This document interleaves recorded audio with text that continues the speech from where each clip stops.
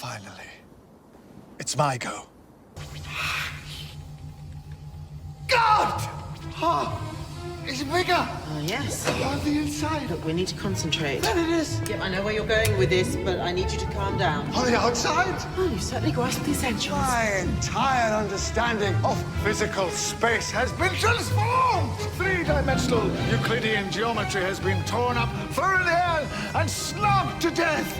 My grasp of the universal constants of physical reality has been changed. Forever. Sorry. I've always wanted to see that done properly.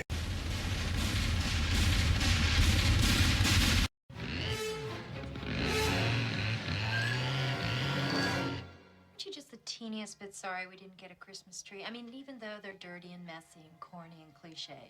Well, where are you going to find a tree at this hour on Christmas Eve?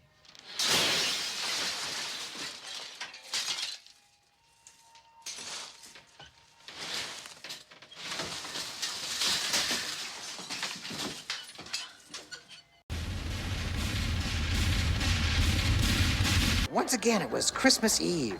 Night was falling, and the lamplighter's were plying their trade.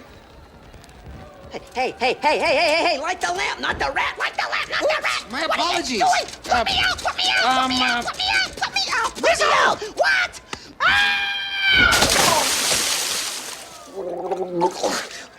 Oh, thank you. You're welcome.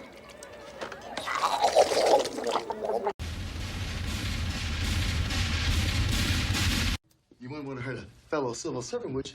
What's all this violence? It's Christmas, and I was just delivering some Christmas. Hey! Back up! This is a homemade explosive device, and I'll blow it up. You know why? Because I work for the post office, so you know I'm not stable. Now put the guns down. Now! Put them down. Brother man, put your gun down. Everybody! You too, Barnaby Jones.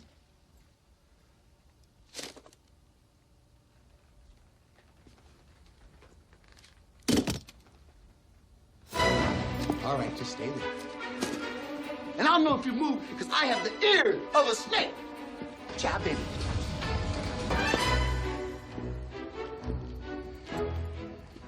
Oh, you shouldn't mess with that. Relax, Sparky. I was on the bomb squad for 10 years.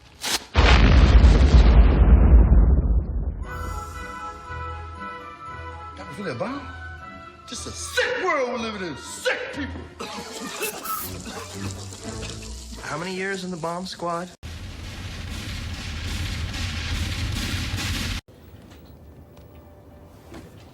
Reserve your opinions, gentlemen. Hear me out. Across the river, 10 miles downstream, is the village of Trenton. It is held by 1,200 Hessians with Rahl in command. They have food, warm clothing, blankets, tents, cannons, muskets, ammunition, in short, everything we need. In 4 days, it will be Christmas. There will be a great deal of feasting and a great deal of drinking by the Hessians that day and night. I propose that on the eve of December 25th, we cross the river, march on Trenton, and attack the Hessians before dawn. And if God is with us, we'll take the whole lot of them.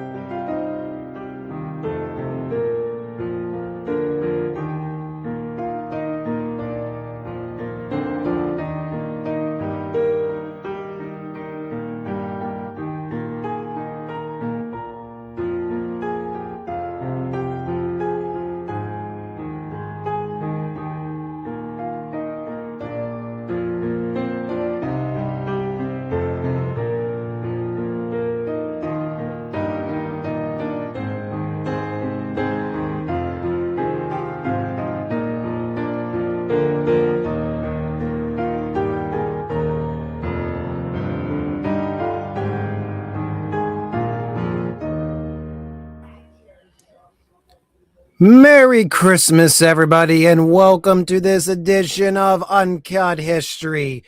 It's kind of like the Doctor Who specials in 2009 when they did only 4 the whole year. That's been the live streams this year. It's like, yeah, we'll do like a handful. And by handful, what we did one in March, ranted about Trump, very popular to do on the interwebs. Then we did the one, what was it, like September? I was talking about the Young Washington trailer when it came out, and then we're doing this one. And the year's over after this. That's it. This is the last Readout Productions anything in 2025. And that's not even a joke. There's no other videos in the tank. Everything else is not going to be ready to be out until at least sometime in January. So I figured I didn't have much else going on this afternoon. We'll gather together for an hour and a half. The eggnog may make it longer. And I will read some of your submissions, some viewer submissions of subjects they wanted me to cover this year, and I just didn't really have time to get to it. Usually these are like small questions that really don't make a full video, but hey, I'll talk about them and ramble live on the air. How is everybody doing? I saw we had... Let's see who we all got here. We had Goodman. He was in the chat earlier. I hope everyone here is having a Merry Christmas with friends and loved ones. We are. Fu Man Blue, he was pouting that Santa did not grant him his wrench. And then Santa gave him his wrench. I don't know what there's really to moderate in a Readout Productions chat. You know, you usually only we have the usual subjects, usual suspects. That's not how it's supposed to go. And Swords and Starships, Captain Garrett has tipped in to see what's going on. Yep, he's always begging for the wrench. I guess he needs a weapon. I guess that's what he uses to defend himself on the interwebs. I don't know what's really going on with my lighting. I guess what I could do, I could just draw the curtain. Will that help balance the light? There's not much light out there today, for the record. It is foggy, rainy, 30-something degrees. It's just beautiful Pennsylvania weather. But I don't know what's going on. Normally the light's somewhat balanced. Sometimes we're a little too strong. The last time I was streaming, I had a little LED lamp, which I used to backlight the wall, plus the string of lights that go on the shelving unit for some effect. And then I had my main Luxor lamp over here shine on me. It was no high-grade lighting, but it worked. Well, then the Luxor lamp, which probably was an artifact, it died. Sparks, dead. I'm like, okay, we're not going to put any more bulbs into that. Decided I'd use the small LED lamp for the time being because I'm too cheap to go to Walmart. Well, it's not that I'm cheap. I just don't want to go to Walmart. And that's the truth. Who wants to go to Walmart, especially in December? So I have this one little lamp to light this area where the computer is. And then I have a table lamp over here, but I got nothing over here. And I have nothing to put over here. There's no shelf. There's shelves. They're filled with books. I'm not moving those books because then they're going to be on the floor with the other pile of books. You know, the pile that's meant for me to read and may get to one day. So this is the crappy lighting situation we got. Sunny and 74. Oh, that's lovely. Lovely. I avoid shopping where they're human. Yeah, we avoid that nowadays. Humans are difficult to human with, if you know what I mean. Well, what are we going to be talking about today? Well, let's start off. Let's see if I can figure out how to stream the other page right. Because, there was a period in time where StreamYards kind of had everything worked out for about a couple years or so. They would do some small updates, but nothing too crazy. And then in the past 6 months, they've been update happy. So every time I log back into StreamYards, it's a whole new layout, I swear. And then I got to reteach myself. If you wonder why Readout doesn't do streams anymore, that's partly why, because he's scared of what new monstrosity StreamYards is going to throw his way. All right, if I share the screen, this should work. Should this work? Yes, I think that'll work. Yes, that should work. Is that working, chat? Yep. You'll get to look at all my terrible bookmarks. Can I take down the bookmarks? Yeah, I could. Let's see what I can do up here. Nope. Nope. How do I take this bar? I don't reopen. No, I don't want to close them. I don't know. So sorry. You're going to see like a third of a page, and then you're just going to see all my horribly lazily organized bookmarks up there. You know, we got the East Palestine train wreck folder from like the start of the live streams, like over 2 years ago. Laurel Highlands Heroes. That we're going to talk about that later, actually. Iron Age Media. That was all sorts of comics. Oh, the Falling Water documentary. I got a file still up here for that. History of Violence at the U.S. Capitol. That was a project I aborted.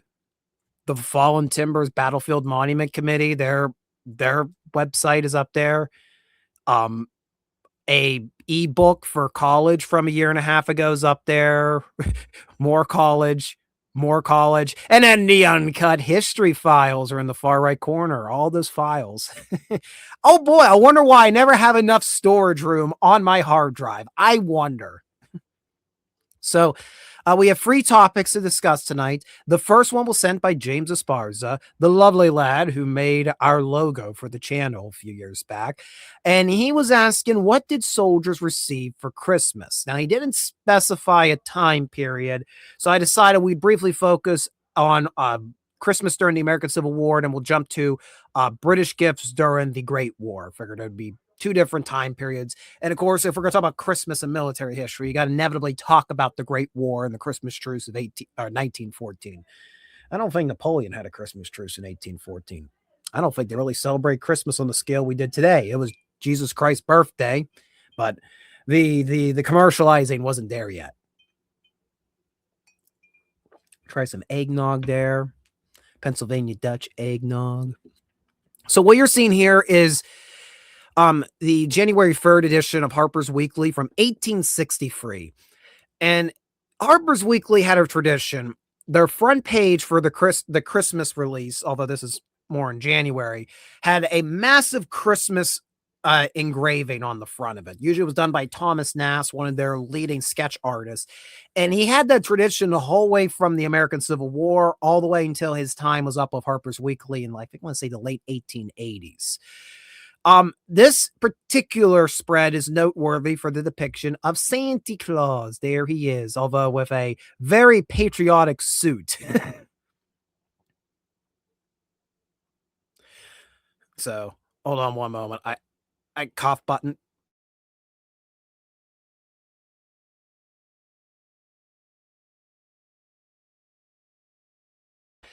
In case you don't notice, I am still getting over a cold or a flu or something. I wouldn't say like bedridden sick, but I was so freaking tired the whole weekend. I just laid around and moaned and groaned. That's all I did. And then I went to work for 2 days and then been off the past 2 days for the holiday. So we're going to try to march through this as best we can. So Thomas Nast, he made this illustration of Santa Claus giving out gifts to Union soldiers for the January 3rd, 1863 edition of Harper's Weekly. And this is generally considered the beginning of the classic American depiction of Santa Claus, starting with this very illustration here. Now, Christmas was not a federal holiday during the American Civil War.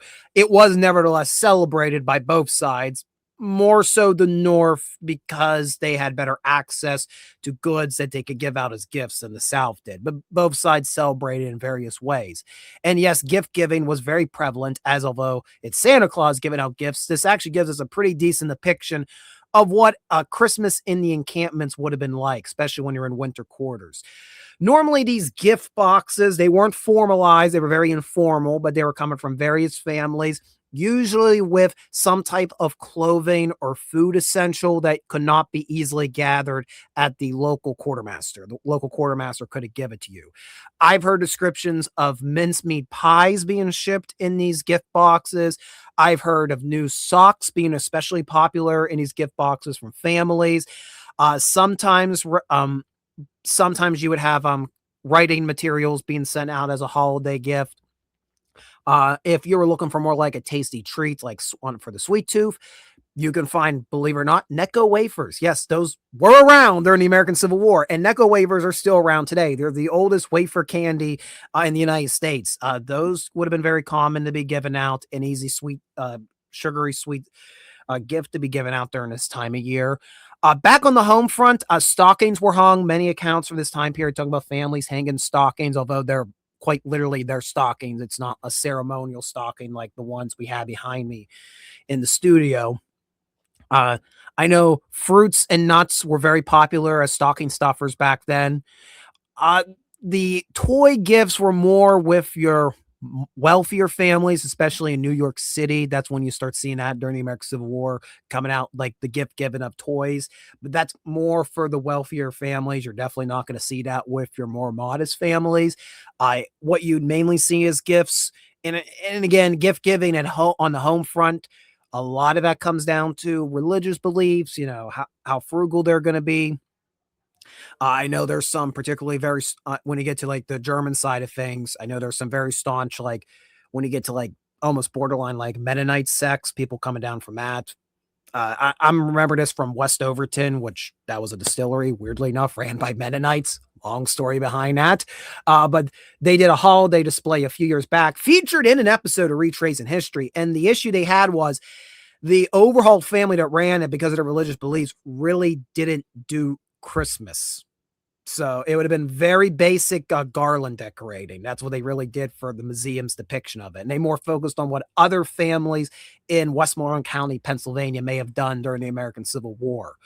But speaking of which, garland was a very popular decoration for this time during the American Civil War. So decorating homes with garland, and of course decorating encampments with garland or an equivalent to it with like pines.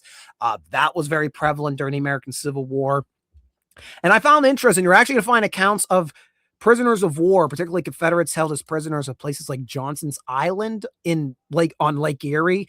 They're getting gift boxes. I don't know how that's happening, if it's from family members that know where they're located. I have a feeling it may be more humanitarian groups formed by ladies around like Lake Erie that knew about these prisoners being there, and they were sending in stuff, feeling bad for them.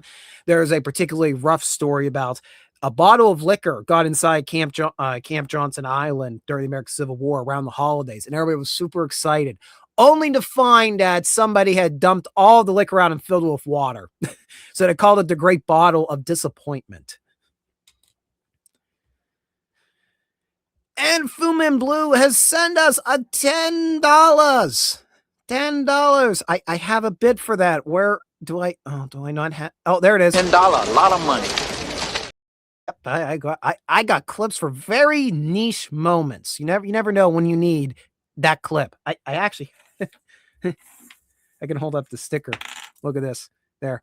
Look, Fryman Blue has sent in $10. A lot of money. Thank you for the super chat, Fryman Blue, who says, "Thanks for braving the streaming waters today. I hope you and yours are well. We are well as can be, barring being at the mercy of banks." Yeah, side tangent. A couple weeks ago, my parents had an issue with their banking accounts, end up getting hacked into. They had to get all new bank accounts set up, and they're still waiting on like new bank cards and everything. It's been going on for almost 2 weeks because of the holidays. Banking in the 21st century sucks. So other than that little episode, we are doing very good. So where was I talking? Oh, that's right. I was talking about the Civil War and gift giving. There we are. Oh, cough button again.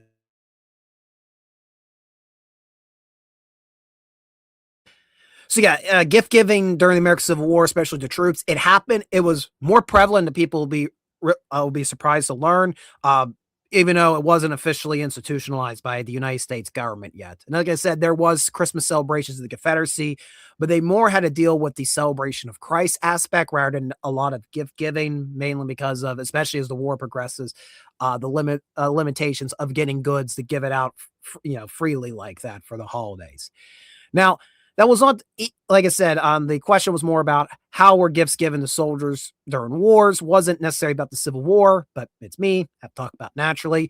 Let's jump over to the Great War. Now, during the Great War, at least for the British, there actually was a formal system of gift boxes given to frontline troops. These were the Princess Mary gift fund boxes. They started in 1914. Princess Mary was the only daughter of King George V, and she used her wealth, essentially, I guess you want to call it the family's endowment, purse that they had from being the royal family.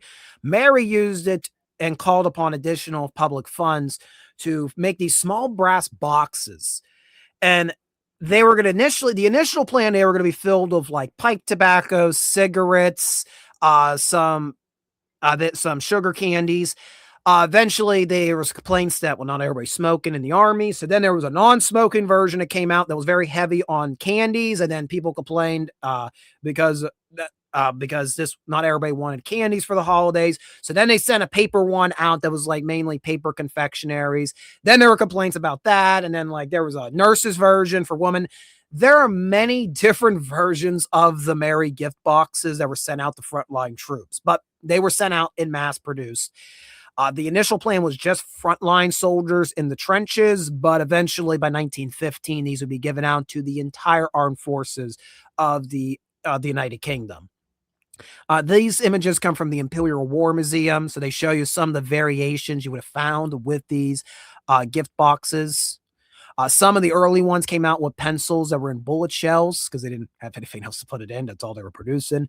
This is the writing stationery version. And these would have been seen during the Christmas truce in 1914. Some Germans would have ended up with products from these gift fund boxes during the informal truce. So, thought it'd be worth to mention it as well. So yeah, that's a little bit about just gift giving from soldiers across different time periods. I, of course, focus more on the Civil War, but I knew, when we're talking about military history, you got to talk about the Great War and its involvement with the Christmas tradition. Now, by the time of World War II, at least with the United States Army, there was a much more formal way of getting gifts out to the troops. Usually the Women's Auxiliary Corps, they were stressing to the public to get everything shipped out by October because it took all this effort to get, first get the mails overseas, wait, and then it has to wait its way through all the more important mail that's going back and forth to the front lines. So by the time it would get out to the front lines, it took about a month and a half to 2 months. There were various Christmas dinners hosted. The front lines were a little more sketchy, especially in 1944, because, well, December 1944 was not a fun time to be on the Western Front, especially not to be in the little town of Bastogne, because that's when the massive German counteroffensive ensued, and Bastogne became cut off. Actually, it's during the Christmas where the infamous statement of nuts comes from the American defenders refusing to surrender. So, yep. All right, our next question. This one's going to seem a very particular and random, so hopefully everybody sticks with it, but this comes from a longtime viewer by name of James Blake. His question was about, hypothetically, what would have looked like for the British Army of John Forbes to float part of the way down the Loyalhanna Creek to Pittsburgh? And what was the story behind the sawmill at Forbes's last encampment, Fort Ligonier? So this is a very particular and personal question. So Fort Ligonier, this is where I was actually a volunteer and later tour guide here from, I think, 2015 till 2024. So if everyone wants to know why I'm so into the French Indian War, what was all that French Indian War knowledge used for? Partly because this is where I worked for about a decade.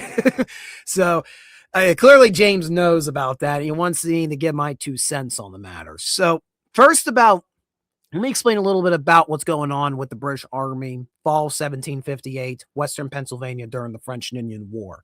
So we talked about this in October on an episode of Retracing History, all about Fort Ligonier, the fights that happened around it, and how this ultimately led to the French abandoning their positions at the modern site of Pittsburgh and kind of forfeiting it over to the British.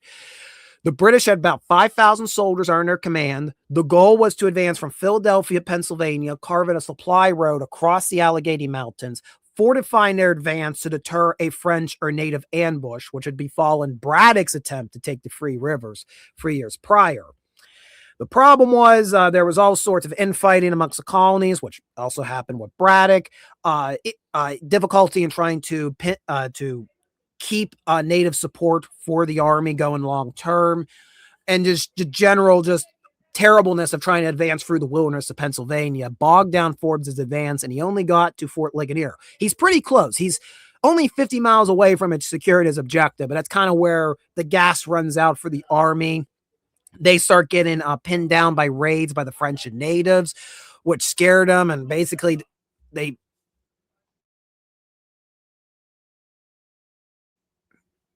sorry, people are talking very loud downstairs. So they get pinned down to Fort Ligonier, and there's a general point in November of 1758. The British Army's unsure if they're going to actually succeed in assaulting the Three Rivers, attacking the French, and securing the point. So at one point, there's a very interesting letter written up. It's either by Colonel Bouquet or Colonel Bouquet requests it from the engineers. And the main engineer, the de facto chief engineer by this point was a guy by the name of Harry Gordon, who was absolutely livid with General Forbes. Harry Gordon started out as being one of the, he was an officer from the Royal American Regiment who had been pulled to assist with the artillery. Then he was pulled to assist with being an engineer. Then he becomes the chief engineer because the initial chief engineer got killed when about 800 Highlanders went without orders to attack the Three Rivers. Like I said, very, very complicated state of events. But Harry Gordon just keeps falling upwards with more and more responsibilities. And anytime he does something, Forbes is critical of it, saying he's spending too much time and effort building it, that he's building Fort Ligonier to be too strong of a defensive position. It should be temporary. And then he asks Gordon, well, what do you think we should do? And at one point, they get the suggestion of, we're going to build bateau, flatboats. We're going to build bateau. Okay, what are we going to do with that bateau, Gordon? What are we going to do with that bateau, Bouquet? We're going to float down to Pittsburgh? How? That's been one of the great questions that's been plagued historians about the Forbes campaign. Nothing ever comes of this, for the record. Eventually what happens is Forbes gets enough intelligence to find out that Fort Duquesne, the French outpost in modern-day Pittsburgh, was much weaker than he had initially feared. He thought he was facing off against much larger forces. Comes to find out, nope, it's relatively weak. And if you advance before the snow set in, you have a chance to take out the fort or march into it without firing a shot. Forbes takes the risk of a winter campaign. He gets down to the Three Rivers and finds the French have already abandoned it. Rechristens the site Pittsboro after the Secretary of State of the Southern Colonies, William Pitt. He'll go on to become Prime Minister. And the British fortified that position in the coming years as Fort Pitt. And this is considered a turning point in the French and Indian War. So yeah, but before that, everybody felt they were going to lose. So we go like a 180 from all is lost. We came so close, but it's just not going to work out. It's too dangerous to attack Fort Duquesne to nobody down there. Let's go, boys. So there's a big brief moment of, could we float the army down there? I've read through the Bouquet papers. I don't know what they were thinking about bateau, because to our knowledge, the Loyal Creek is not navigable, at least not for a massive flotilla of bateau at Fort Ligonier. Now, once you probably get a little closer to what is now Saltsburg, Pennsylvania, where the Loyal Creek empties into the Conemaugh River, and they form the Kiskiminetus, which is a tributary of the Allegheny River. There's a possibility there that you maybe get it. So that means they're going to build these bateaux. Were they going to build them at Fort Ligonier? Or are they talking about still advancing up to Saltsburg, building a fort there and building bateau? Maybe that's what they were doing, but there's no real talk about them advancing beyond the general direction of west. They would kind of have to more go on a detour to go up to this point where the Loyal Hannah is navigable. Now, if you watch the Retracing History video about the Battle of Fort Ligonier, I do talk about how in September there was uncertainty if the British were going to put their supply depot at Fort Ligonier. They were advised by the quartermaster, John St. Clair, this was a good location for a fort, but most of the officers, like Harry Gordon, like Colonel Bouquet, both disagreed with St. Clair and felt more suitable ground would have been located 9 miles west of Chestnut Ridge. This is roughly the location of Latrobe, Pennsylvania today.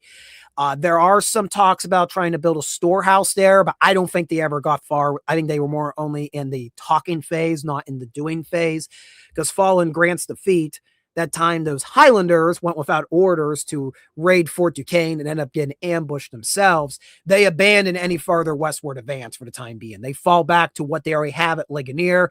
Gordon tries to fortify it as strongly as he can. Forbes later says to Gordon, and I think you're doing it a little too strong and you've wasted a lot of valuable time. So I don't know. I don't think you couldn't, in my opinion, you weren't going to float an army or a portion of an army from on the Loyal Hannah Creek from Fort Ligonier, especially not in 1758. Now, if you look at this map, you're going to see a line going across the creek. This map really doesn't have a key to it. Cough button. I'm dying. And Rainwater 3860 has joined in. He's joined in to listen to me die slowly by coughing. We're going to get through the stream, guys. We're going to get through with eggnog, I promise. If I go over to this other map, this one was done by Theodosius MacDonald. Now, Fort Ligonier Association have done a lot of re-examination of the maps since the COVID pandemic. It's become one of their main research focuses. And generally, the fort that you see today, which is a reconstruction that began back in the 1950s, was based off of a map similar to this. The map in question was done by a gentleman by the name of Pleydell, who I found was an English draughtsman in the Tower of London. His profession was to draw maps of all the military installations for the British Army at that time. He was never at Fort Ligonier. He's working off of notes and sketches from people that were there. Of all the maps that are surviving of Fort Ligonier, only about 2 of them are known to have been drawn by somebody who was there. The first was done in September of 1758, or maybe even October, by James Bird, which I feature in the Retrace in History video. And it's just a very rough, zigzagging sketch around the hilltop. There's not much to really gauge off of it, other than where the battle occurred on October 12th. He does write that. The second map we know was done by somebody who was there, was Theodosius MacDonald, who, I could be mistaken, he's either with the 60th Foot or he's with the 77th Foot, the Highlander Regiment. He's one or the two, but he is there with the army. However, this map was drawn in 1760, a few years after the French-Indian War had subsided in western Pennsylvania.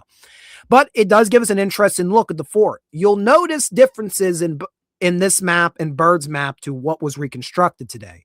The reconstruction was based chiefly upon the Pleydell map. And the archaeology that was conducted at the time, generally people felt it was agreeing with what was on Pleydell's map. Although then if you look at these other maps like MacDonald, you notice buildings and batteries that are built a little different to Pleydell's interpretation of the fort. And keep in mind, these are all usually listed as a plan, not this is the fort. It's usually a plan of the fort. So this is not meant to be 100% accurate, but this is a good interpretation of what's there. MacDonald was there, so he has a better idea of what's on the ground than what Pleydell is. So in my opinion, this MacDonald map is one of the most accurate depictions of Fort Ligonier that you can find. And in this map, you'll notice a couple batteries. It talks about where the fighting occurred on October 12th. You're not going to see much of that line you saw earlier. I just want to zoom in earlier to double check here. What are these? Royal American. Okay. See, I'm getting sidetracked. I just want to look at this lovely piece of art. Has a garden up here even, which is like an interesting detail. All we really have, so what I'm trying to say is let me get back to the question. So the other question is about the existence of a sawmill at Fort Ligonier and the possibility of the Loyal Hannah Creek being dammed up. On the Pleydell map, you'll see a line. If you look at the original Pleydell map, they actually mark it as being a dam for a proposed sawmill, that they were going to dam up the creek for a sawmill. However, all the primary sources say the wood for the fort is coming from the woods themselves. They're being cut in the forest and then just being dragged up to the hilltop and then being assembled there. There really wasn't a need for a water-powered sawmill during the Forbes campaign. And once the Forbes campaign was over, while there's definitely talks about constantly ideas they can upgrade the fort with, there's a lot of talking and not a lot of doing, especially when you hear about the constant complaints of a soldier's barracks. They're always building a barracks after 1758. They're always building it, and it never seems that it gets done. So either nobody was ever doing it and being lazy, or it was getting done and it was such a crappy job that they had to keep redoing it. There's no real evidence to show a sawmill was formally established at Fort Ligonier. The dam may have been partially built. There may have been an effort to dam it, that it was for a sawmill that never got finished. And there's several accounts of flooding that happened at Fort Ligonier after the Forbes campaign. So anything that was established probably got wiped away by all those floods. So the only time there really was a need for a permanent sawmill, the sawmill may have been from that weird bateau idea, because maybe they need to finally cut this in mass. So maybe that's when the talks of the sawmill and damming the creek came up. Hey, we suggested about building bateau. How about we build it here and then we can carry it up to some other point to be navigable? There's a lot of questions about this bateau plan to float down to Fort Duquesne, and nothing's ever followed up upon because you have the friendly fire incident happen, the intelligence gathered and brought to Fort Ligonier about how weak Fort Duquesne is. All this happens in such a short succession of time that they drop those plans and just advance by foot to Fort Duquesne and win the day. So yeah, the bateau plan to float down to Fort Duquesne, it does exist. It was brought up by Captain Gordon and by Colonel Bouquet to General Forbes as possibilities to still succeed in 1758. But once they gathered intelligence, how weak Fort Duquesne was, those plans apparently were just dropped. And any building of a dam to build a sawmill doesn't really seem to ever fully materialize. It seems the dam may have been built because it's on some maps, but if you look to McDonald's map from somebody who's there by 1760, it's not there. And it's not on Bird's map either. So it's one of them great mysteries, but doesn't seem that a sawmill was ever built. The building that they call the sawmill today at the museum, that is used as one of their modern education facilities.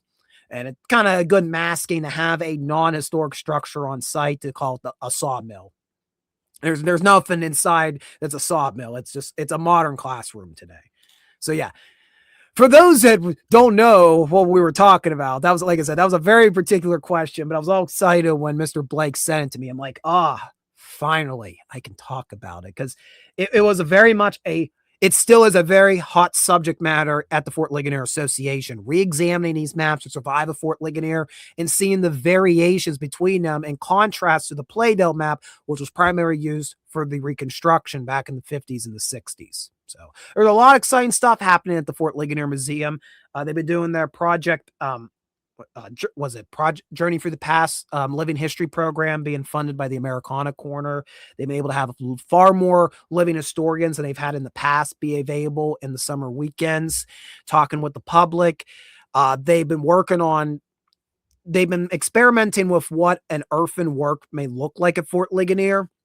So on the very eastern end of the property, and this is also seen in the video of the recent Retracing History episode, where they've built up a mock-up of what an earthen embankment, earthen wall may have looked like for the fort had it not all been logged, because that's a whole other can of worms, which I don't have time to open up tonight or today. It's not tonight. It's a little dark out, but yeah, we're rambling. I think we're not gonna have an eggnog break. I'm gonna have a water break.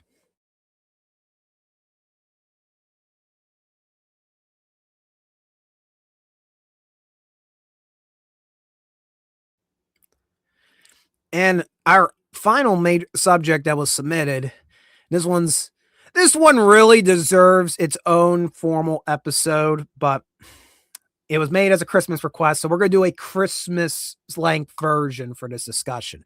We are going to be talking, because Books and Battlefield has requested me to, we shall be talking about the Battle of Plattsburgh, sometimes the Battle of Lake Champlain during the War of 1812.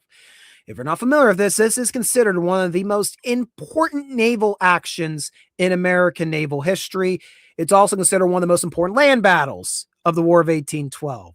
Yes, there is both land and naval actions at the same time in one battle, which automatically makes Plattsburgh very unique to research. Now, if you're not familiar with the War of 1812, or as we dubbed it now here on the channel, the War of Canadian Obsession. That was the phrase that a humble collector coined at the end of the Lake Erie video, and I like sticking to it.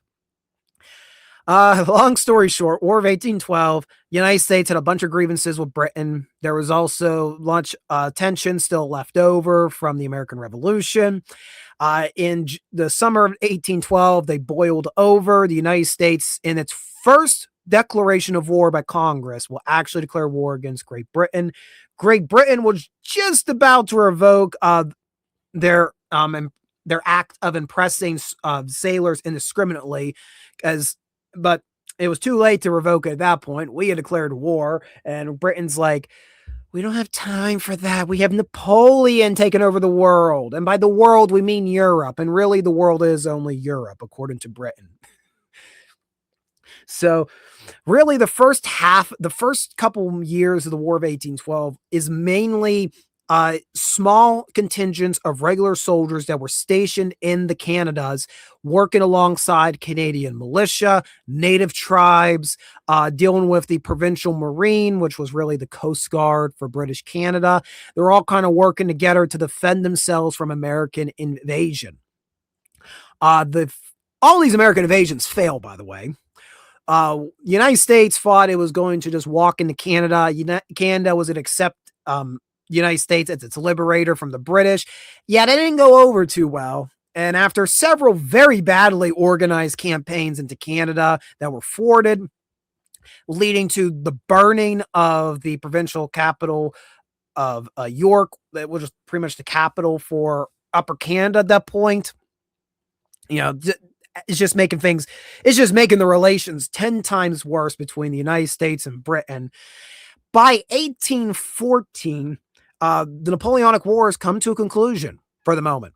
Well, we still got the 100 days, but for the moment, they've come to a conclusion.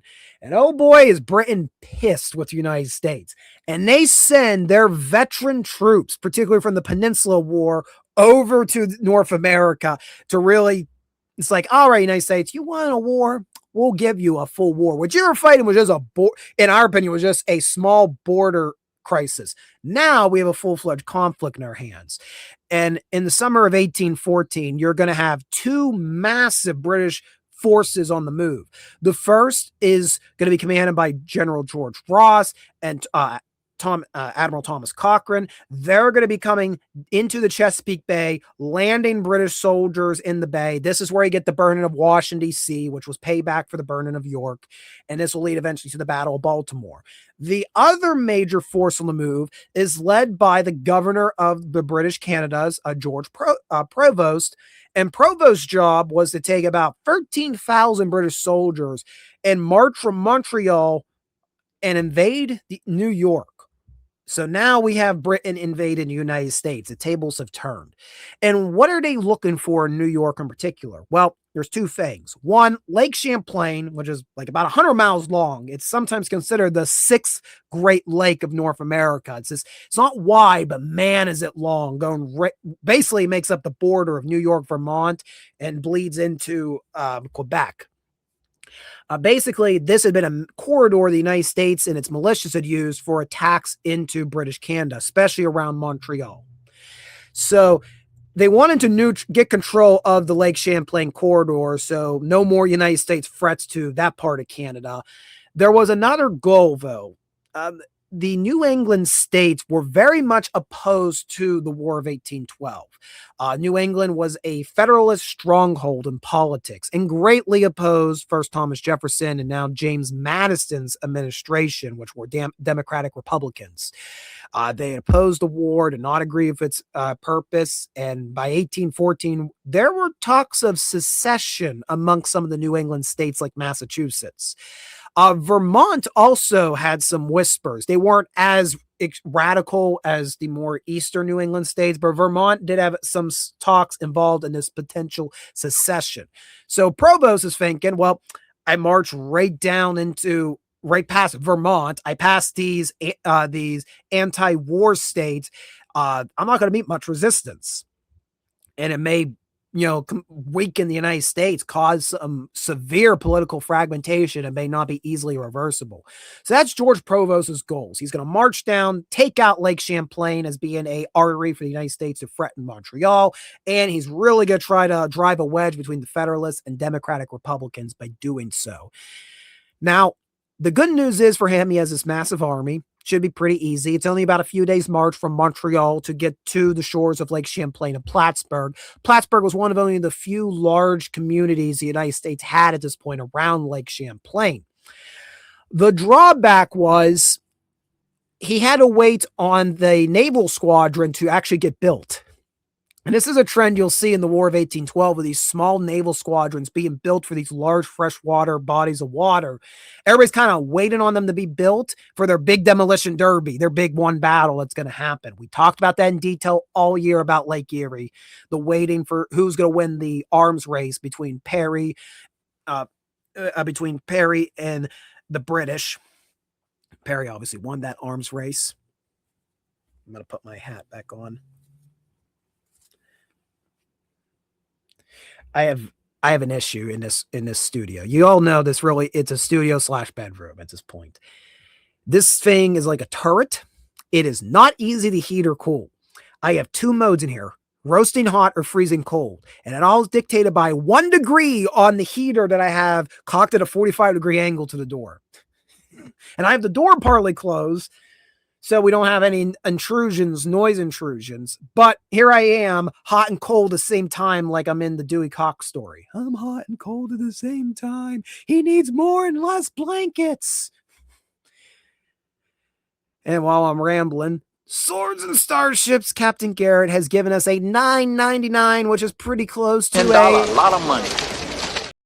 We're going to have fun with that one, I think, today. Merry Christmas to a great historian and a great historical channel. Terrific job. Really, no one's seeing anything like it. You are right. Nobody is seeing a Yinzer drink eggnog and ramble about the War of 1812. You'll only find that here on Readout Productions. For the 2 people that needed that in their lives. This is where you get it. Eggnog and discussions on the War of 1812, one of the most obscure conflicts in American history. And it's one of the most important. I hope if people have learned anything after this year, my multiple videos about the Lake Erie theater, the War of 1812, that this is not a conflict we should be sleeping upon in our history classes. While tactically there's not much gain at the end of it, there's no big gains for a territory, it changes the culture. It is so important to cultural icons for the United States of America, and really was our one major foreign war, really up until about the time of the Mexican-American War, and even beyond that. I mean, really, there's nothing really like it in American history for this time period, for this group of people to be fighting we're fighting telling an international conflict, fighting foreign powers, even though they're on the continent of North America. And you just don't see anything on this scale because we really stick to our own continent. We really stick to all of our Indian wars, which should not be ignored as well. And even the Mexican-American War, a lot of that's, kept within the continent. I don't know what I'm rambling about. War of 1812 is important. Back to the Battle of Plattsburgh. So George Provost, he has to wait for the British squadron to be built. He has to wait throughout the summer of 1814. Now, he's gathering reinforcements, but he has to wait. The squadron's going to be commanded by a George Downey, Captain George Downey, and they're being built at the head of the river that comes out of Lake Champlain, runs up to Montreal. And I'm going to jump ahead to the story. They literally are still building the flagship. There's carpenters working on the British flagship as they sail toward Plattsburgh the day of the battle. It's that thrown together. And they have to gather, a crew for these ships. It's the same thing that you're going to hear them have problems with. The British have problems with at Lake Erie. They're trying to find crews or trying to find materials, and they're throwing it together at the 11th hour. And like, sir, the sails these aren't really sails. They'll work though. The flags will work as sails. So while that's going on, the United States, you'd think they're expecting this massive threat to come down on Plattsburgh. You think they'd be bolstering their numbers. In late August of 1814, esteemed Secretary of War John Armstrong Jr. decides to send the majority of the Army of the North across New York to the Niagara River to reinforce American defenses there. I want to do more research about John Armstrong Jr. because he makes a lot of poor decisions while he's Secretary of the War. And I'm getting to the point of when I was reading briefly, I mean, the research in this was very brief, guys. I'm not claiming to be an expert in the Battle of Plattsburgh. But when I'm like, yeah, 2 days before Provost is to advance, the majority of the Army of North marches across New York. What the heck was Armstrong on? Leaving Plattsburgh in the Champlain Valley with only about 3,000 people to defend it. And not all that are regulars. You have the regulars, they're gonna be calling militias from New York and neighboring Vermont together. There's even a famous story of how there is the veteran exempt militia, which is reportedly made up of American Revolution veterans that had been exempted from the militia drafts earlier in the War of 1812, but now that there's a massive British army invading New York, now they're volunteers like, no, we're going to defend our homelands. They have a very cool flag, has like the skull and crossbones, victory or death or something like that's on it. So yeah, you're getting these militias together, and then you're going to have a small naval squadron for the Americans as well. The land forces are going to be commanded by Alexander McComb, who was a brigadier general at this time. McComb, it's M-A-C-O-M-B. Is that McComb or McComb? I'm probably going to get it wrong either way. It's Real Productions. We mispronounce everything. So McComb has, I want to say McComb though, but McComb. We're going to stick with McComb, and then Books and Battlefield, who submitted the subject, by the way. Thank you very much, kind sir. It finally gave me it finally reminded me I need to research the Battle of Plattsburgh. He will correct me in the comments or if he joins us in the chat. So Alexander McComb is in charge of the land forces around Plattsburgh. And then you have the naval squadron for the United States out on Lake Champlain, which is commanded by Master Commandant Thomas McDonough. And Thomas McDonough is a bit of a legend when it comes to the United States Navy. He had been involved in the first Barbary Wars. That is right, Garrett. He had been rubbing elbows with John Sullivan. He was involved with the burning of the Philadelphia. But he'd never been in a massive line battle before in his naval career. He'd usually just been involved. The real involvement was the fight around Tripoli and these little like raid operations. A full-scale battle he had never been involved with. This is his first time. But McDonough has some fighting experience. He's also going to put together a squadron for this one battle. It's also in haste, like the British. Like they actually take a schooner. They take the schooner Ticonderoga, which was going to be the steam schooner on Lake Champlain. The United States government buys it, subject to the requirement of the service of the U.S. Navy, and then modified into being like, nobody could figure out what it was. I had people that say like it was a corvette. I have them that say there was a sloop of war. Some say it's a frigate. When it comes to these gunboats on the freshwater lakes, the descriptions of them are like really circumstantial. Look, it's a boat and it got guns on it, and that's what matters. So yeah, the Ticonderoga, the Saratoga will be McDonough's flagship. If I recall here in my notes, yes, I actually have notes for this one. I did my 15 minutes of research. McDonough would end up having 18 carronades and 8 long guns on his flagship, the Saratoga. And what he ends up doing is McDonough has enough time to get his little squadron into battle. So battle line. He has 4 main gunboats. He has the Eagle, his flagship, the Saratoga, the Ticonderoga, and the Preble. And then he got about 10 smaller row galleys, which have like 1 or 2 guns fixed on the bows and the sterns, respectively. He's going to have his 4 main gunboats lined north to south in Plattsburgh Bay. And then he's going to have about 5 galleys on either of his flanks to cover it. Galleys are very important in these battles. I mean, we kind of talk them off. Oh, rowboats in a naval battle. What are they going to go for? Very good at boarding. Very good at getting close and underneath the long guns of the enemy and then being able to sneak up on the boat. So these little galleys can be very dangerous, especially in these freshwater battles.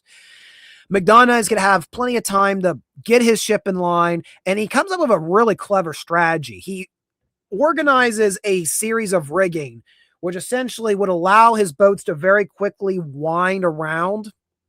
Basically, you're throwing an anchor from one side to the other, but you have to have some more counterweights involved in that. So you got to jerry rig this all up so they can very quickly change over the anchors so they can turn their main warship. So let's say your starboard side is completely blown up. Well, now I'm going to wind the ship around, so now I can use my entire port side. So he has enough time to get all this meticulous rigging and ready. He's waiting for the British. Macomb is on the mainland. He's basically going to give the town of Plattsburgh up to the British. And the reason is he's going to form a defensive line, as you can see in this map, along the Saranac River, which is a contributory into Lake Champlain. He built a series of redoubts. He said the name. He said my name. We get to go home. He said redoubt.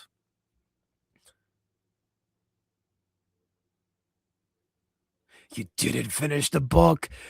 Your information is out of date. That's fair.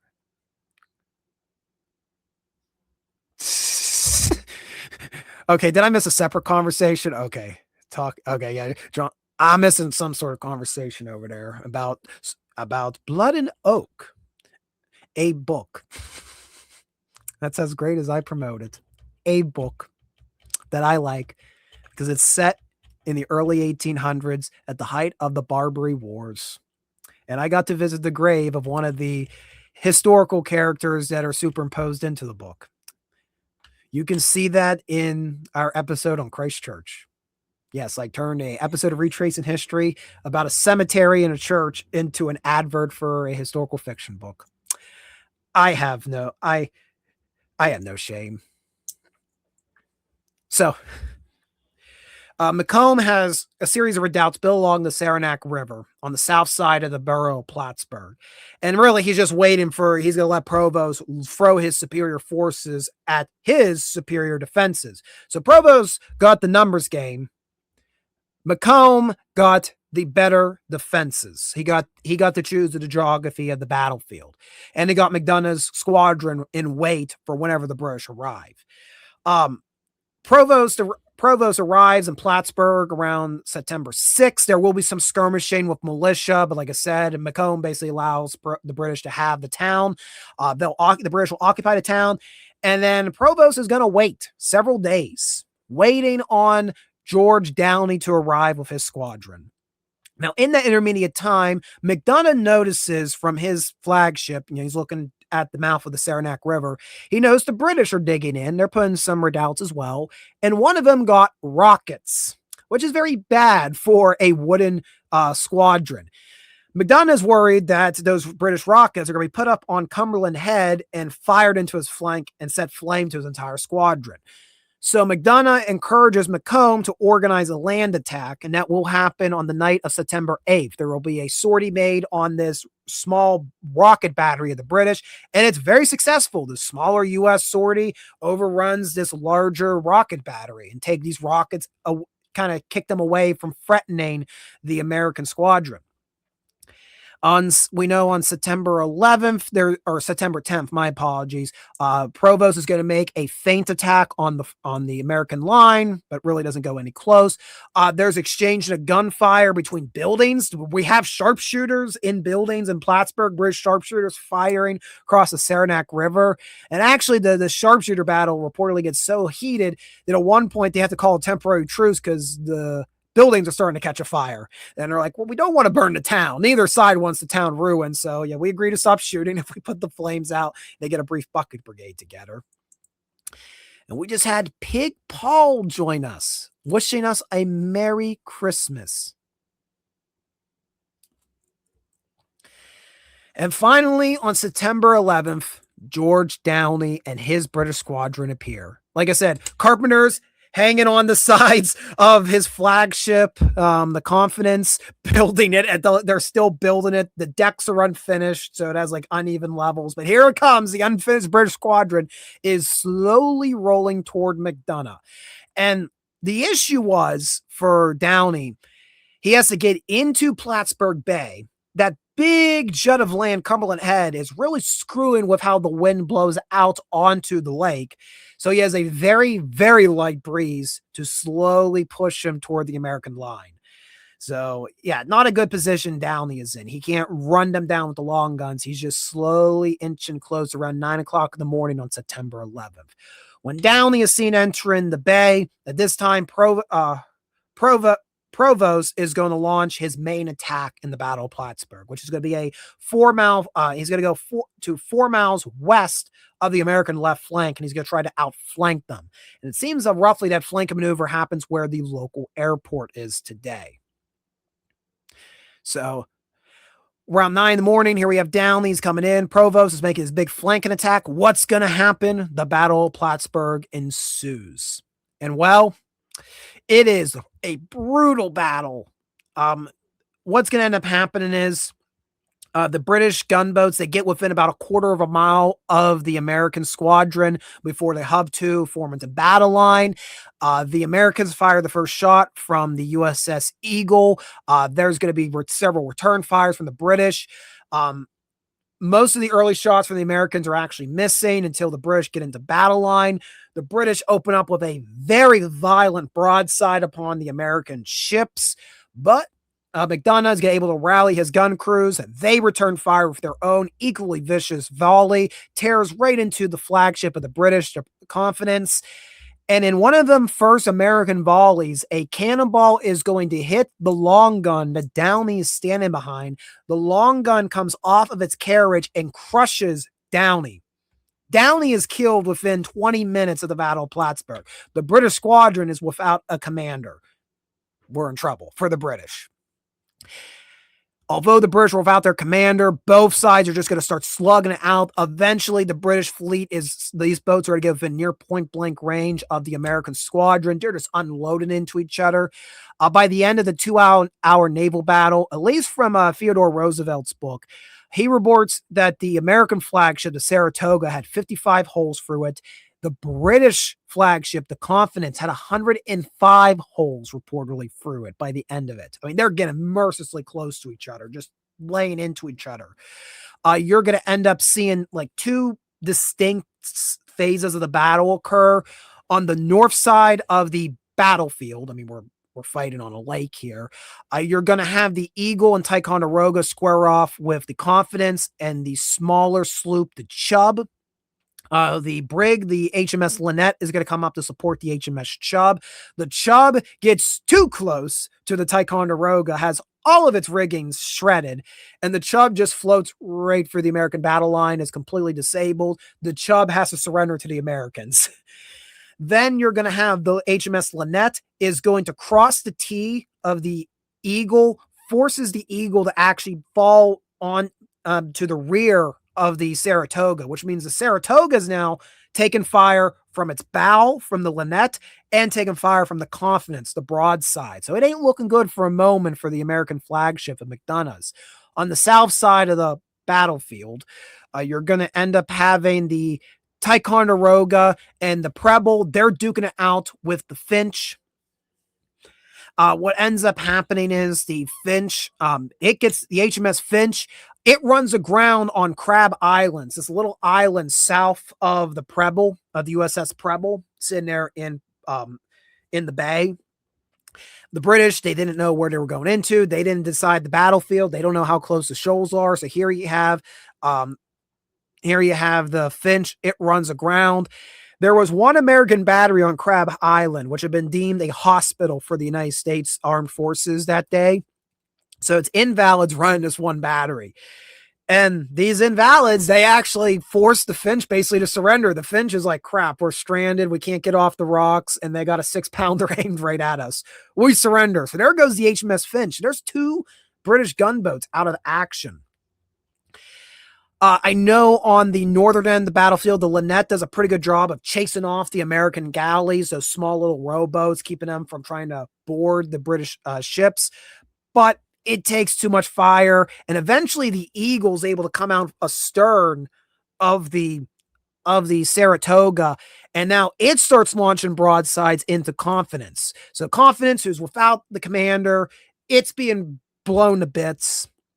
The Eagle and the Saratoga are holding on. The Ticonderoga is able to sight down upon the Confidence. It has to fight back against the British galleys. They get pretty close, but they don't end up boarding. So very close action happening here as the two battle lines, which you see in all these naval actions, they start as these neat lines and just dissolve into a complete mess. Eventually, what's going to happen is the Lynette, the Lynette and the Confidence are really the only two British warships left that can put up any much resistance. For a brief moment, the British think, even without Downey now being dead, they may still be able to eke out a victory because they kind of control the north flank of the American battle line here in Plattsburgh Bay. The southern flank, however, is still being staunchly held by American galleys and the Ticonderoga. And the Preble as well. They're all down there. So what ends up happening is McDonough gives the order to wind the ships around. So there's that action of they're swinging the anchors around. They're getting ready to about face the broadsides. When the British see this, they panic. They try to start winding their ships as well, but they're not equipped to do it. They're not ready to do it at a drop of a hat. So although the American warships get to put their fresh broadsides to face the British, the Confidence and the Lynette only are able to get their sterns facing the Americans, which is very bad, especially in 19th century naval warfare. There's very little you can do to defend your stern with the exception of your small guns you may have on there. And the Saratoga, Ticonderoga, they just light, and the Eagle, they just pour into the Confidence and the Lynette. The Lynette tries to escape, but is eventually disabled, and it'll surrender. And the Confidence is just stuck there in Plattsburgh Bay, being shelled by multiple American warships. It's forced to surrender. The British galleys run off, fleeing north up Lake Champlain, and thus ends the naval action of the Battle of Plattsburgh. Meanwhile, like I mentioned, Provost, he was doing a flanking maneuver as all this was happening. And unfortunately for him, his flanking maneuver was discovered by Vermont and New York militia, who put up a stout defense at a place known as Pike's Cantonment. Like I said, this was about 4 miles west of Plattsburgh, where all this fighting's occurring on the very far American left flank. Ultimately, the Americans hold the ground, and then all of a sudden, Provost pulls back and initially confuses the American militia. I mean, in one moment, we have this very fierce, massive British attack. The British numerically have the advantage, and then they about face and retreat. And that's because Provost has gotten the word that Downey is dead, and basically the British squadron has all but either ran away or surrendered to McDonough in Plattsburgh Bay. So Provost is forced to give up the attack on Plattsburgh and falls back north up toward Montreal. The Battle of Plattsburgh Bay is really over in just 2 hours. It is an American victory. And this comes at a very key moment right after the burning of Washington, D.C., right before the Battle of Baltimore. It's going to be between the battles of Plattsburgh and the Battle of Baltimore to really make the United States feel good about the War of 1812. Makes them feel it was a war worth fighting, and it wasn't a waste of 2.5 years of resources. Some will argue that the Battle of Plattsburgh leads to allowing the United States to argue against land cessions the British were requesting at the Treaty of Ghent. To be honest, by the end of this, the Treaty of Ghent, everything goes back to status quo as it was before June of 1812. But Battle of Plattsburgh still stands as a very important battle because you have a combined armed force here. You have both the infantry as well as the Navy working in tandem to achieve this uniform success. Macomb and McDonough needed each other for this victory to happen on Plattsburgh Bay. And they defeat a vastly numerically superior force, which is going to be very interesting. It's always interesting with these War of 1812 battles, especially these naval battles. The battles that the United States should win, lose. And the battles we should not win, we not only eke out a victory, but usually these naval actions, it's a handsome victory. And it comes down to a lot of these planning the battlefield, planning the locations. Like McDonough, he had ample time to plan out how he was going to lay out his fleet. It's a little bit different. What I found was interesting. It's very different than the Battle of Lake Erie. While there's some similarities with how rushed these squadrons were put together and had to thrown in to fight each other, because you have the land portion which the Battle of Lake Erie, there is a land portion, but it's much more distant. It's more about Harrison, it's Harrison and Proctor weighing it out to watch the big battle happen on the lake. Where here at Plattsburgh, you have it all happening at the same time. The infantry's fighting it out as the Navy's fighting it out. But the big difference is I find this was a much more methodically planned battle. You know, there's a lot of waiting, there's a lot of buildup, there's a lot of key decision make, you know, a lot of playing out how the battlefield's being used. Where the Battle of Lake Erie is a naval battle on the lake. Like you're taking the tactics of Napoleonic naval warfare and you're putting on Lake Erie, and they're kind of in a bit of a vacuum. The British and the Americans are on September 10th, 1813, and just duking it out all day. Or Plattsburgh, I feel there's a lot more variables happening than what was happening in Lake Erie. Where Lake Erie, the focus is these two squadrons lining up and outmaneuvering each other. Plattsburgh, there's not a lot of major maneuvering, at least in terms of the boats trying to move around each other. It's McDonough put his anchor, basically declared, this is where I stand and fight. Macomb was the same way. They both declared, this is our battleground. Come and take it, Britain. So yeah, that's my very rambly take on the Battle of Plattsburgh. I hope, Books and Battlefield, you are satisfied with this as being your Christmas gift. Books and Battlefields does have a couple videos out, small videos about the Battle of Plattsburgh. He went out to Plattsburgh, New York and visited the site. It is on my bucket list. I'd love to do a retrace in history about the Battle of Plattsburgh. It ain't going to happen in 2026, unfortunately, but maybe in 2027, 2028, we'll see what happens. All right. And thus concludes our three main subjects. Now, we're not fully done tonight. First, cough. Second, it's not tonight. It's 2:00 in the afternoon on Christmas Day. There has been crap on TV for the holidays. Has anybody else experienced this? Yes, I know we have streaming. Yes, I know there's a giant wall of DVDs back here, Christmas movies to watch. But have you noticed this year, like, you know, don't you want to put a movie on in the background? Put on, I don't know, this movie channel. Oh, they're playing this movie. I haven't seen Christmas Vacation on TV this year. I haven't seen like Polar Express on TV. I haven't seen White Christmas on TV. I mean, they don't have the Charlie Brown Christmas anymore on TV. You got to go have an Apple streaming service. Is it because of the streaming rights why there's so little decent Christmas movies on to put on the background? Like this morning, we're opening presents. We had nothing to choose from. I got desperate and I'm like, hey, I have Amazon Prime and we're going to put on the Emmett Otter Jug Band Christmas. That's festive. It is. I shouldn't be sarcastic about that, but anything else experienced that this Christmas? There's just nothing of value on the main TV. I guess all these streaming rights have taken all these good classical TV Christmas movies, and now you got to go pay a subscription if you want to watch it. I don't really want to commit to it. I'm doing other things during the holiday. I just want something nice on the background. Now, I could put on the plethora of Christmas, the Christmas Yuletide logs, which, Garrett, you'll like this. I found that I think there is a K-pop Demon Hunters Yuletide Christmas fire on Netflix right now. I've heard rumors of it. I've not seen it in person. I think it's just Guima just burning endlessly on loop. But I could put that on the TV. That could satisfy my itch to have white noise for the holidays to enjoy them.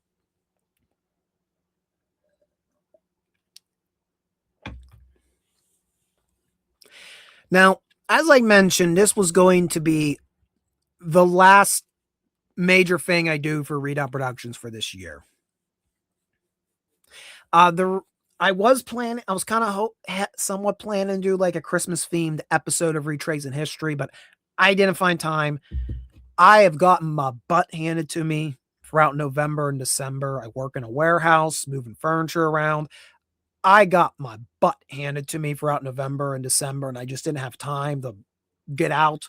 And when I did have time, I was so dead tired. I'm like, need to sit and need to clean everything up and get ready for the next week of pain and suffering. So it didn't work out. Last week was the last chance. I And like I said, I got cut down with some type of cold or some flu or something. Just wasn't able to get out. Just laid there all weekend, moaning and groaning. So this is really it for 2025. And I was doing the math. Let's do a little reflecting upon the year. Yeah, this will kind of doubles our end of year stream. So if I get over to the other page,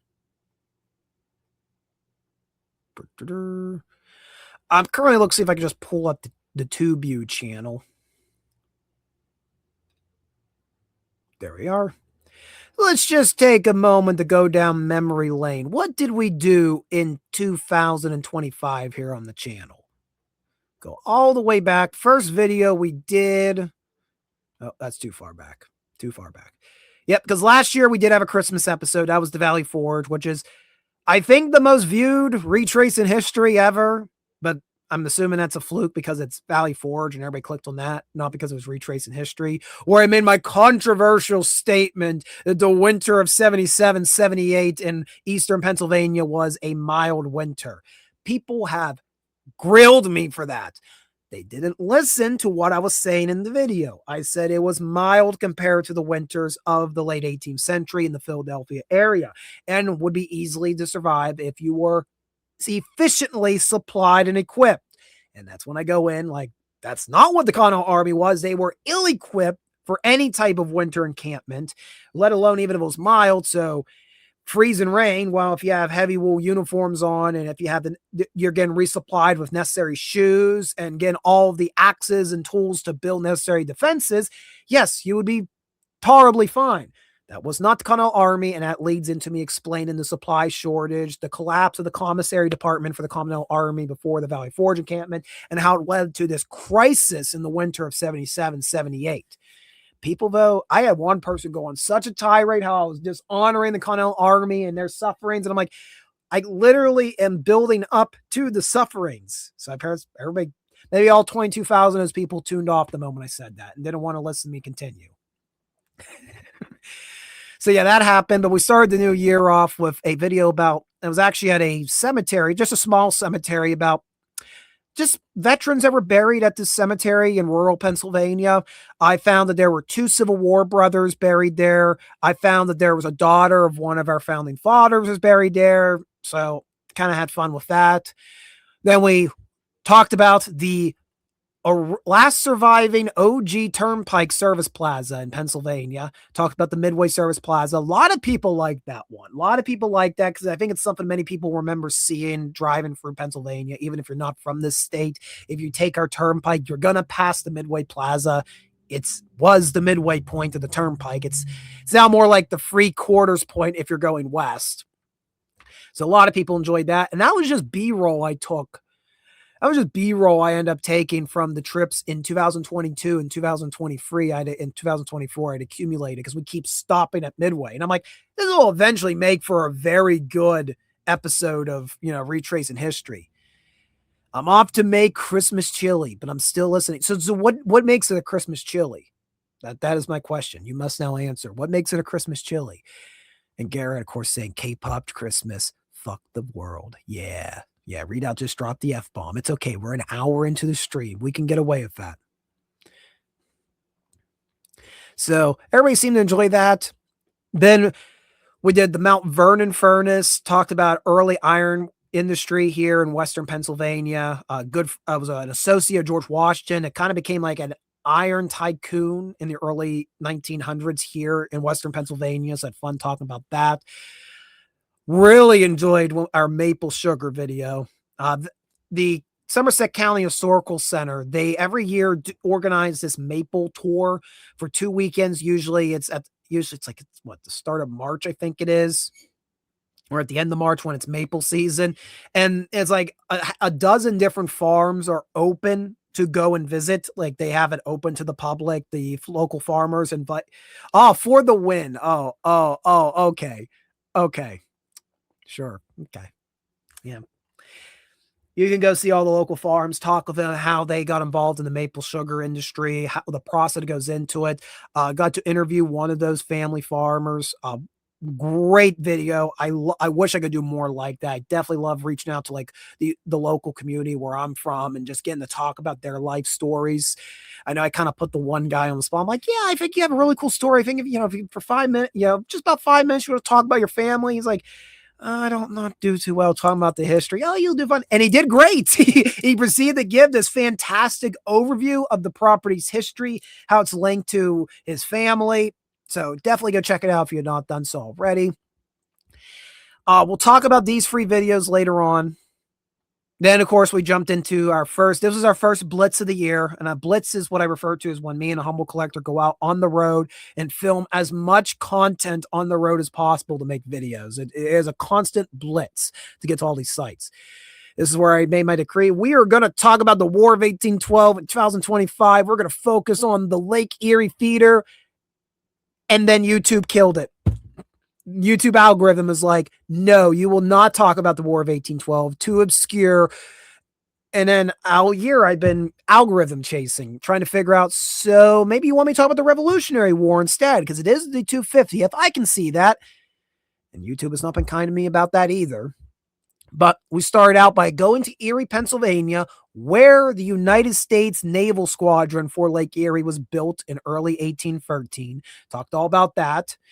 Then we got to visit the grave of Captain Gridley, the commander of the USS Olympia during the Battle of Manila Bay, who is buried in Erie. So we got to talk about his life.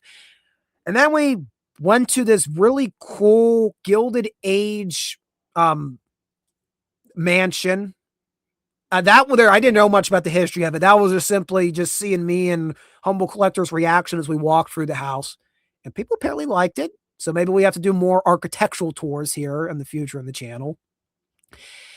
Then we did the 100th episode of Retracing History. We talked about the Western Maryland Railroad, which is, a portion of it survives as a scenic excursion line. Talked about their massive steam locomotive, number 1309.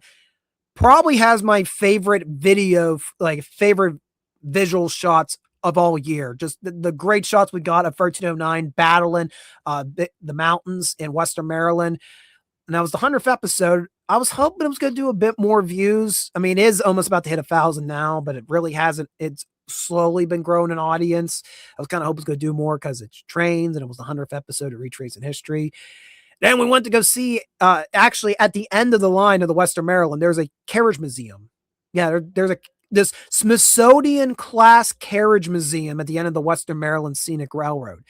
Got to go see a lot of cool carriages, including Theodore Roosevelt's inauguration carriage. Also got to see a coal miners monument that's at the end of the Western Maryland Scenic Railroad line. Talked a bit about the national parks here in Western Pennsylvania. Then I posted a couple presentations this year that really weren't part of the main focus of the channel, but it was stuff I have been working on.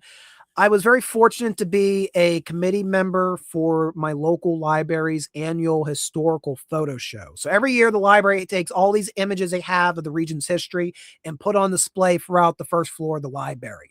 And this year I contributed many images of American Revolution graves. So I went out and photographed a portion of the region's Rev War graves, so those photos could be used in the library's photo show. And that got me into researching the region's history of the Revolution. I was asked to do a couple presentations at local historical societies and at the library this year. So I recorded the first one. The library recorded the second one, and they'll eventually post it on their channel. So that's what that was about. Then we did our trilogy on General Braddock, because this year was the 270th anniversary of Braddock's defeat.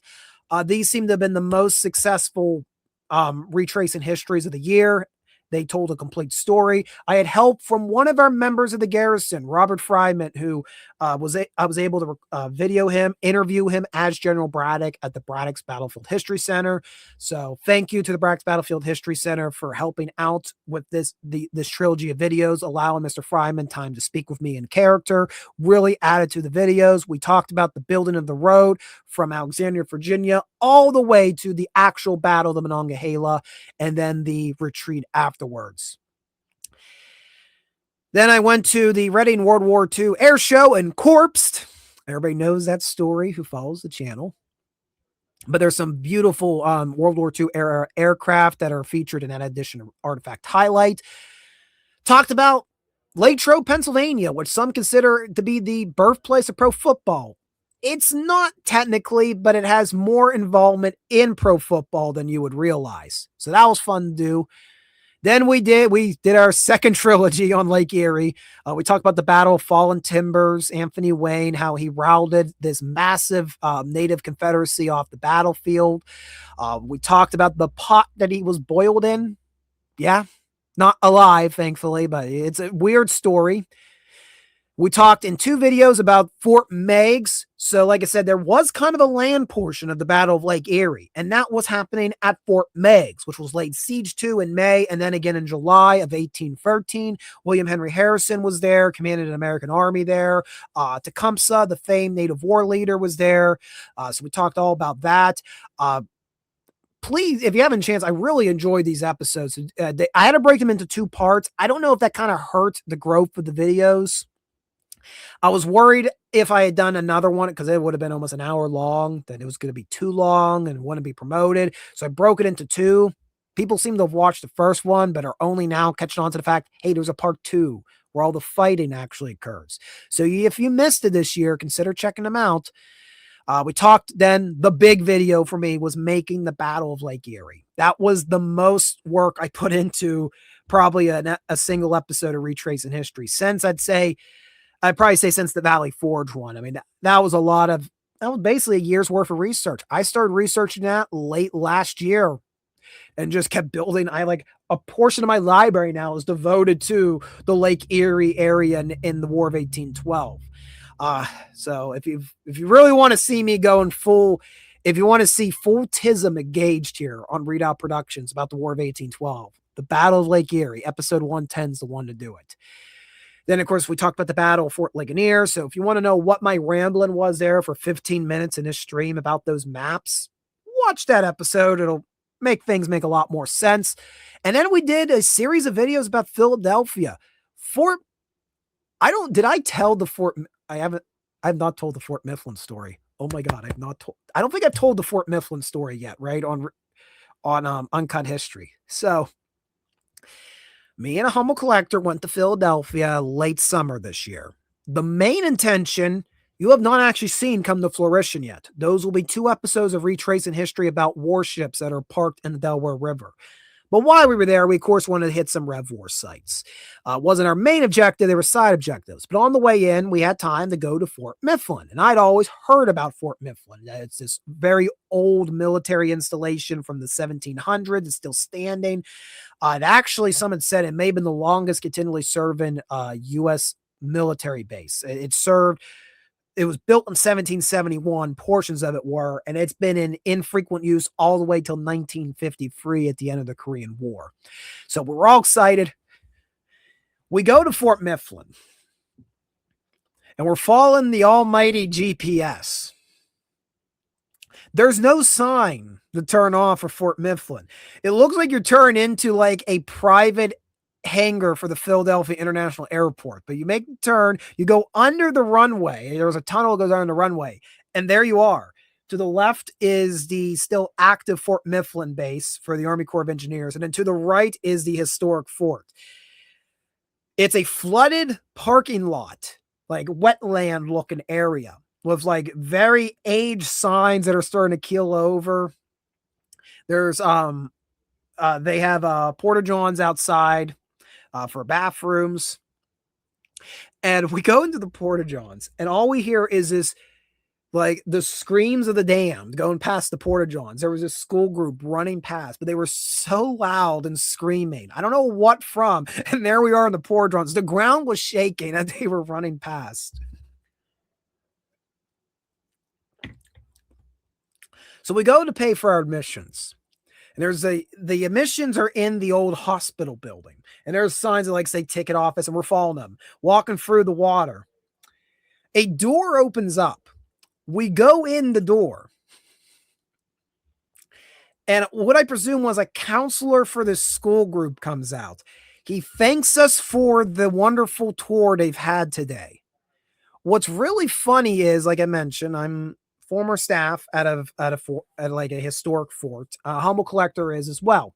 So we're both like, thank you, wrong fort. That's literally our response. We're visitors. We're looking to see, where do we pay admissions?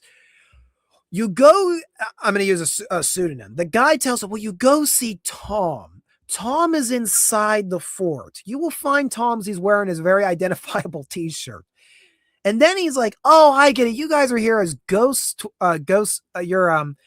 hunters, which, if you know me, I'm very much, I want to call myself a non-believer, but I'm very agitated by the ghost tourism at historic sites like Gettysburg. So I try to distance myself from it. And I just have like this blank face, and a Humble Collector's like cracking up and trying to explain, like, oh no, we're just here for the history. Has to escort me out before I get into a fight. You do not call me a ghost hunter. We go into the fort and we find Tom. Tom was a nice guy. All the staff that we met at Fort Mifflin, great people, very informative. But we walk in, there's a brief moment. We don't see anybody. And the place is, you probably saw from the video, some of the buildings, they've seen better days. Like 2 of them at least had fires happen inside of them in the past 30 years. So there's restoration effort on those. So it's like this abandoned, like urban exploration feeling when you go into Fort Mifflin. But we find Tom, gives us a brief rundown of the property's history. He was busy with the archaeology that was going on that day, so he couldn't stay with us too long. And he tells us at the end of the tour, back to the hospital building, you can pay your admissions there. So we go through the site. Portions of it completely flooded.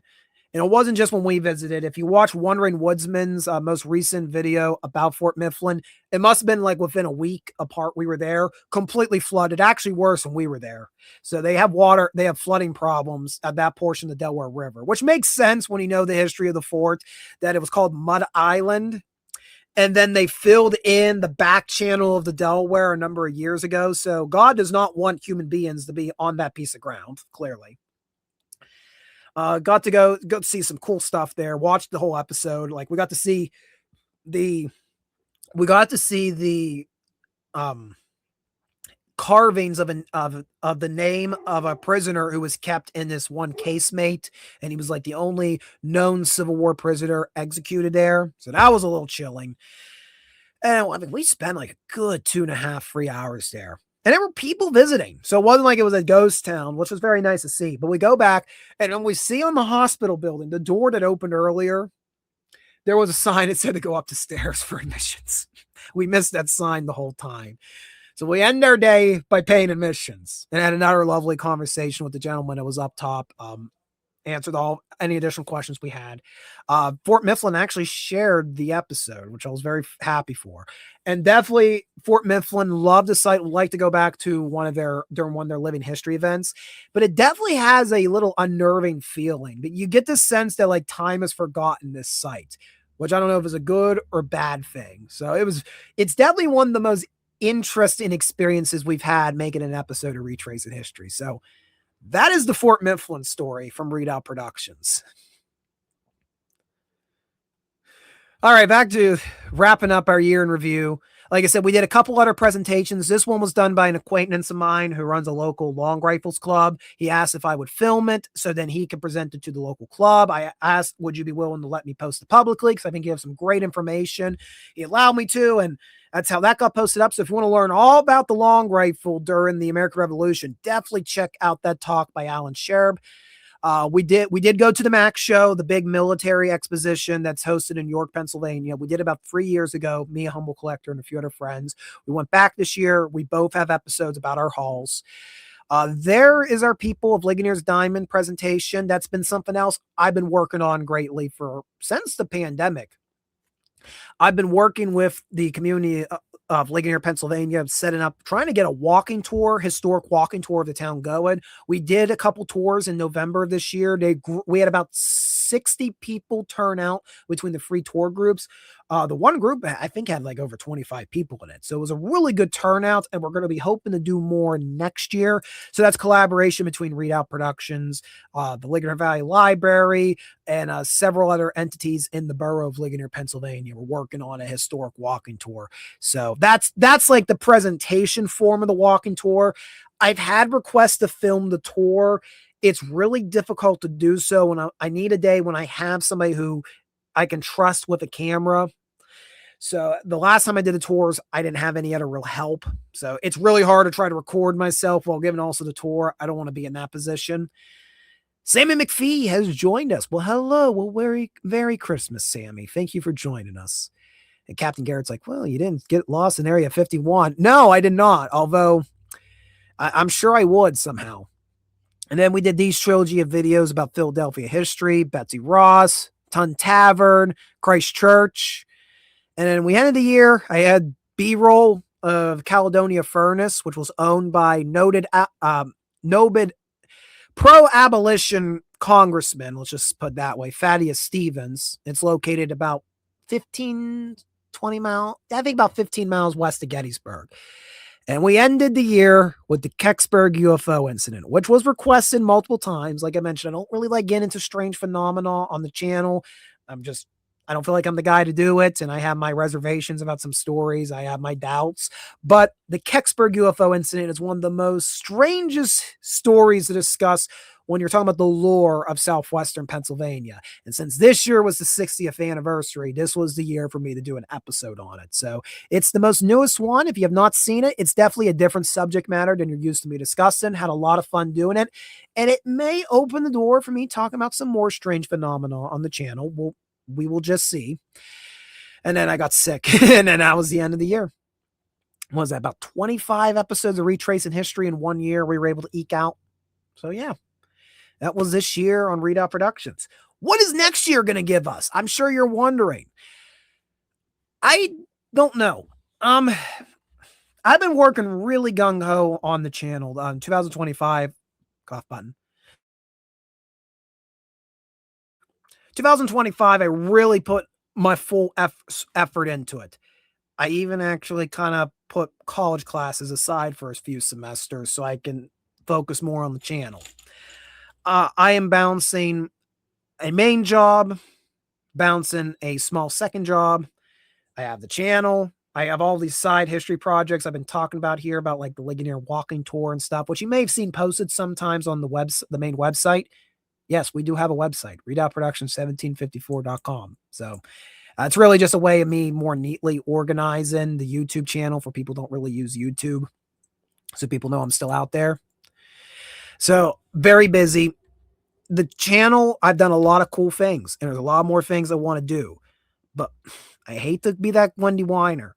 It has been a pain trying to get videos to grow legs and be promoted just to the subscriber base.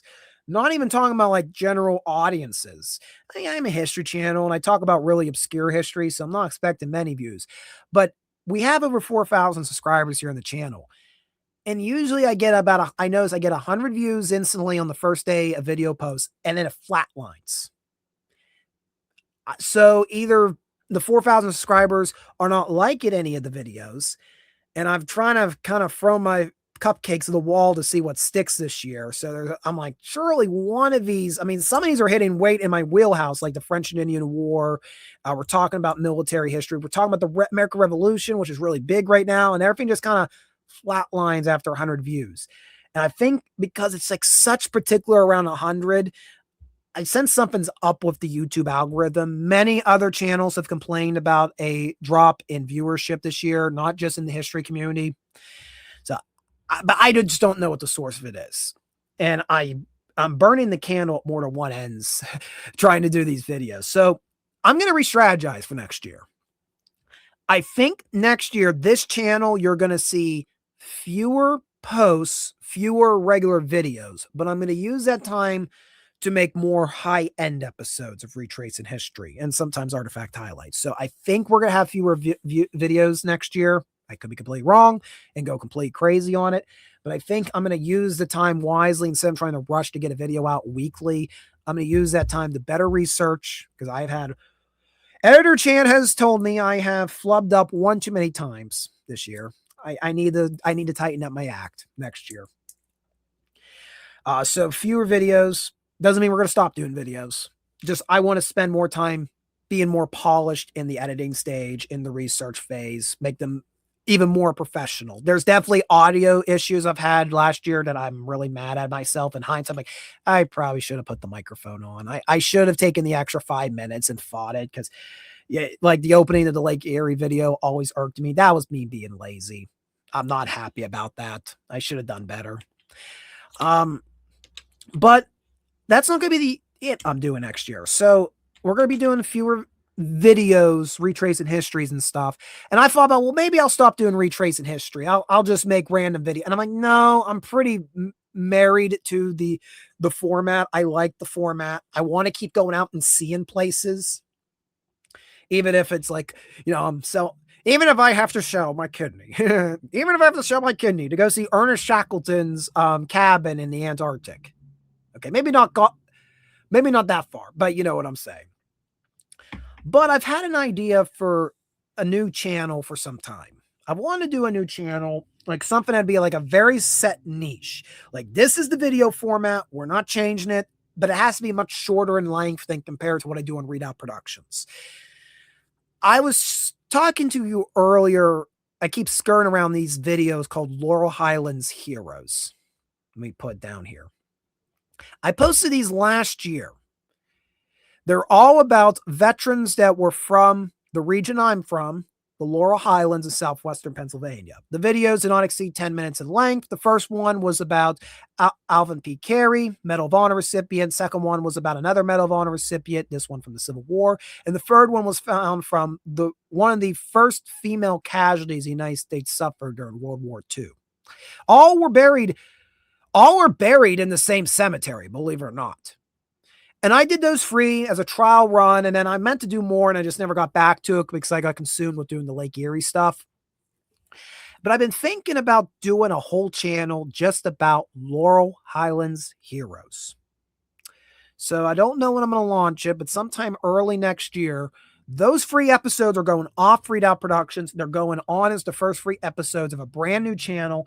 And that's going to be the focus, that format. I want to go document these final resting place of important individuals in my neck of the woods. I want to do this to bring awareness of these individuals, their life stories, because many of them have not been written beyond newspapers and oral histories. I want people, peers of my age and younger, to kind of have, I think, a reason to be proud of where they came from. Because I growing up here in the Laurel Highlands, I dealt with so many peers my age. All they wanted to do was get the heck out of here. They felt they were being held down by being from this region, being associated with Pennsylvania and Pittsburgh. They wanted nothing to do with us.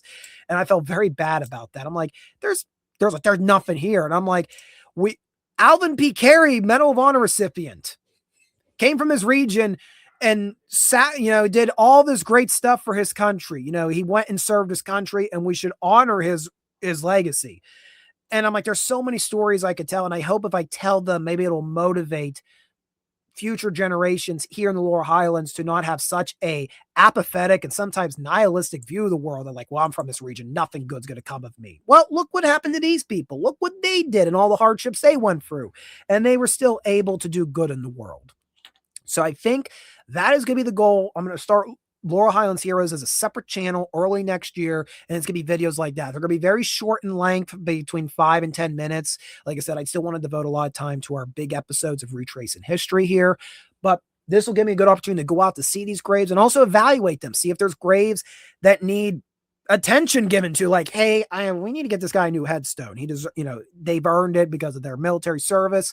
And there's just a lot of cool stories from the Laurel Highlands that get overlooked. So what do you guys think? You think it's a good or bad idea, me making Laurel Highlands Heroes a separate channel from Readout Productions? It'll be a Readout production. I mean, it's going to have the logo, but it's going to be its own separate channel. I want to try to simplify what we're offering on each channel.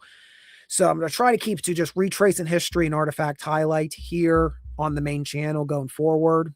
And then the Laurel Highlands, they can stay on a separate channel. And then there's the fact I got this whole thing called Food Bar Digital Lounge, which everybody says I need to do stuff, and they want to hear me talk about pop culture. I am not confident in speaking about pop culture, but boy, my pals in Discords know I have opinions on pop culture. And as much as I would love to make an hour-long video about something like K-pop Demon Hunters on the channel right now, Editor Chan told me that would be called suicide of the channel. Oh, I can't say that on the TubeView. Well, we're about to get this whole stream is ruined now. It's no promotion, no promotion. I said the S word. It's going to get Minecraft out of existence, I guess. So yeah, probably not advisable to talk about K-pop Demon Hunters or Avatar The Last Airbender or anime, Blue Gender, stuff like that. Probably not a good idea to post about my Marlene Mondays on here. Yeah, probably best to have something for pop culture. I posted one video last year on Food Bar Digital Lounge. Let's see if we can get to 2 videos next year. So those are my goals. Next year, I want to improve I want to improve the quality of the videos I'm creating for Readout Productions. Really hoping if I spend more time on improving the quality, that will allow this channel to reach new audiences. More people will get eduMERICated. I'm going to devote more time. I'm going to open a second channel for local military history stories. That'll be Laurel Highlands Heroes. So unfortunately, that does mean for people who are longtime viewers of the channel, who I know they've asked me to talk more about, they want me to talk about the coal mine towns, which I used to do, coal mine disasters, local railroad disasters. I don't think I'm going to be doing more of that on this channel next year. I think you're not going to see it. Not saying I won't make a retrace in history about it, but as just a standalone video, I don't think you're going to see it happen.